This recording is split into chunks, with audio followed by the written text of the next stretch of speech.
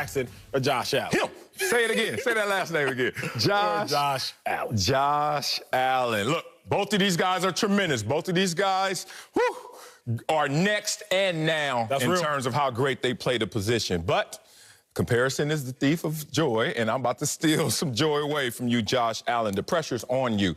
One, just because I've been a Buffalo Bill, and the last time the Buffalo Bills won a playoff game, what was that? 1995, Jim Kelly? Good Lord. That was before I even got there, so this is on me too as well, Josh Allen. But the point is, a lot of pressure on you because of the improvement, because of the talent level, because of the ability, because of the resume you built, and most importantly, because of what we saw of you last year in the playoffs. Now, this is not apples to apples comparing him to Lamar Jackson. I know where this conversation may go. Oh, Lamar Jackson is 0-2 in the playoffs. Yeah, one of those losses, he was a rookie and only played half the year, wasn't even the QB1 for the beginning of the season. And the other one, he had 500-plus yards in a loss with injuries all around him. No excuses, but that's not the same as Josh Allen. What was that from Josh Allen against the Houston Texans? I'm not lying. I could go to a Pop Warner game and watch a quarterback in distress and lose his mind and not do what Josh Allen did in that playoff game. Throw the ball backwards, run around. Bad news Bears football. So you got to get that off your resume. You have to exercise those demons. And you're going to the negotiating table going forward this offseason. Not Lamar Jackson. Lamar Jackson's numbers are already solidified. He's getting paid. He's the face of a franchise. He's the face of the league, one of them. It reminds me of Montrezl Harrell for my Clippers, who was the sixth man of the year, went into the postseason, struggled in the postseason, still expecting that big deal. And they look at you like, what have you done for me lately? We don't care about your body of work as much as what were those eyesore moments? And you can't have two eyesore moments if you're Josh Allen. Pressure's on him. I like that take. I like that take. I'm not going to push back on it. I'm just going to speak my own lane. Lamar Jackson.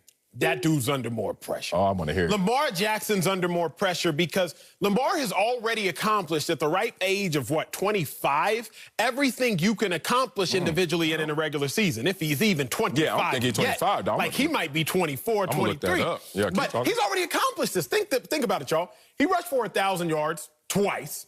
He led the NFL in passing touchdowns, won an MVP, unanimous MVP, second all-time as far as win percentage through a quarterback's first 37 starts since 1950. So Lamar Jackson has already accomplished everything you can accomplish individually in the regular season.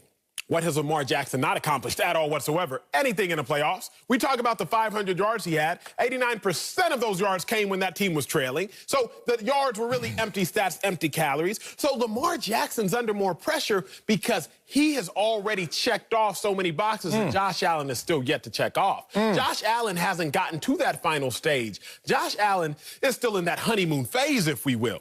Like, right now, we just applaud Josh Allen for doing things. Oh, my gosh, he can outrun defenders. Lamar Jackson done been doing that. Like, oh, my gosh, Josh Allen's accurate now. Lamar Jackson was the most accurate quarterback from the pocket last year. We're still applauding Josh Allen for things Lamar Jackson has already done. At this junction in time, we got to see Lamar Jackson, hey, what can you do in the playoffs? We've seen what you can do in the regular season, but it's time now to see what kind of noise you can make in those playoffs. Well, let's bring in another opinion. That's Fox NFL analyst LeVar Arrington. So, L.A., who's under more pressure to get the first playoff win? Lamar Jackson or Josh Allen? It's Josh Allen. Wow. And listen, I got to give you your argument points as the reason why. If you think about it, all those things you just said about Lamar Jackson, right? Most accurate in the pocket. All the rushing yards, back-to-back 1,000-yard seasons. He won the league MVP. All those boxes that you said Josh Allen did not check off is the reason why he has more pressure on him. And the reason being is that if I come to the table and I lost in the playoffs and I have not checked off boxes that I can use in my favor to say, you know what, this is what I've done. This is what I've accomplished. You can say, as the Baltimore Ravens, we lost in the first round of the playoffs with the best player in the National Football League on our roster.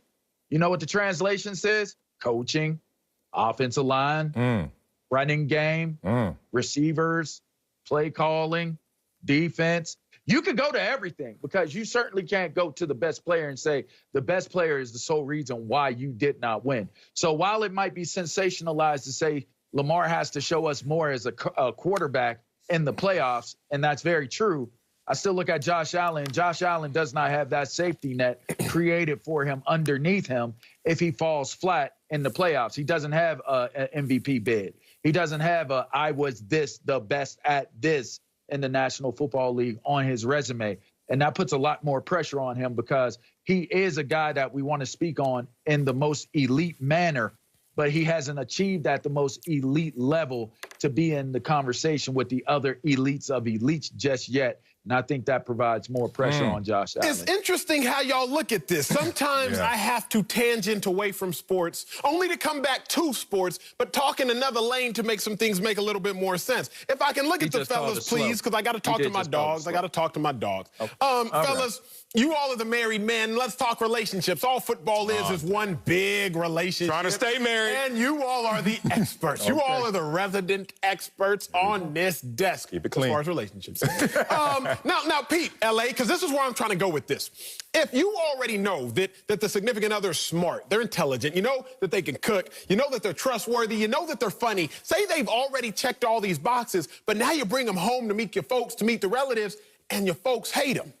See, if you've already checked all these boxes, but you're waiting for that last box to be checked, then the checking or lack thereof of that final box is eminently imperative because they've already checked off all the other boxes. So now all that matters is what is going on with this last box. Whereas Josh Allen, he's still checking boxes. We're like, is he really smart?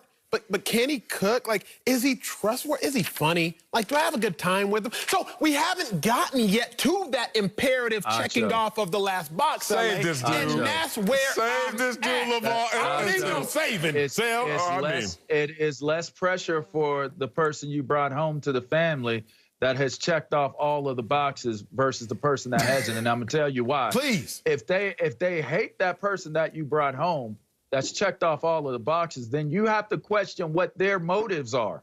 Why do you hate this person? Because you have checked off all of the boxes. And if I'm supposed to be responsible, and the way you have raised me is to bring home somebody who checks off the boxes, not someone who hasn't, then the less pressure is to say, you know what? She checks off all of the boxes. So therefore, if you have a problem with her, maybe you need to take a look at the boxes that you aren't checking off versus the boxes you're looking at that are checked off by the person that I brought you home. Don't boost him, Marcellus. I couldn't have said it. No one on this planet could have said it any better. Hey, if y'all got a problem with all these boxes checked, we need to talk. Y'all need to let go. And I know I went through that resistance, even through all my engagements. Like, let go.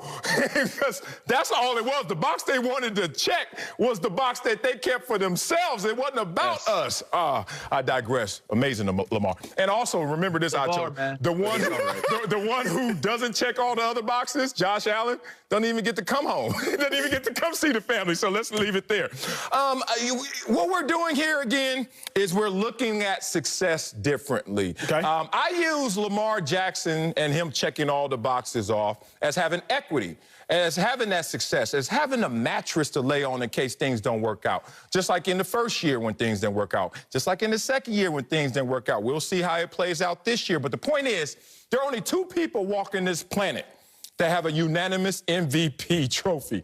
And one of them is Lamar Jackson. So if all else fails going forward in these playoffs, he still has somewhere to rest. Where does Josh Allen have to rest in this situation? So this is what I want you to understand, Acho. What's up? Because I don't want you to be this kind of person in life. Talk to me. That you have so much going on. Tremendous success. A lot of it is coming of late, too, as well. Congratulations, big dog. But don't become a prisoner of your own success, because that's going to happen, too. You're right now telling me you're going to make Lamar Jackson a prisoner of his own success. He climbed a mountain higher than Josh Allen. But now you're going to sit there and say, if he were to stumble from that higher apex, that it's worse for him than somebody who hasn't even climbed their mountain yet. I don't look at life that way. I look at it more in an absolute state. Hey, Josh Allen, even get up to where Lamar Jackson is, qualify for this conversation before we can really start to say that it's a problem with Lamar. But here's what you know, because you've been at the mountaintop. LA, you've been at the mountaintop. And, sir, I am still ascending in my own realm, not necessarily sports specific. Gotcha. The higher you climb, the bigger of a target that you are. Oh, for sure. And Lamar Jackson has ascended to heights where he now has more pressure. Marcellus, you said that either way, regardless of how Lamar Jackson performs, he'll have somewhere to rest. That is true. But I don't think he's going to be resting in the house he wants to lay his head in. When we think about Charles Barkley, he accomplished a lot. But what's the first thing that really comes to mind? Some of his outlandish takes maybe, but also, wait, Chuck ain't never win a chip. When we think about Dan Marino, he accomplished a lot. But what do we think about when we think about Dan Marino? What's one of the first things that come to mind? He was the greatest player to never win a Super Bowl. Charles Barkley was one of the greatest players to never win a championship. Lamar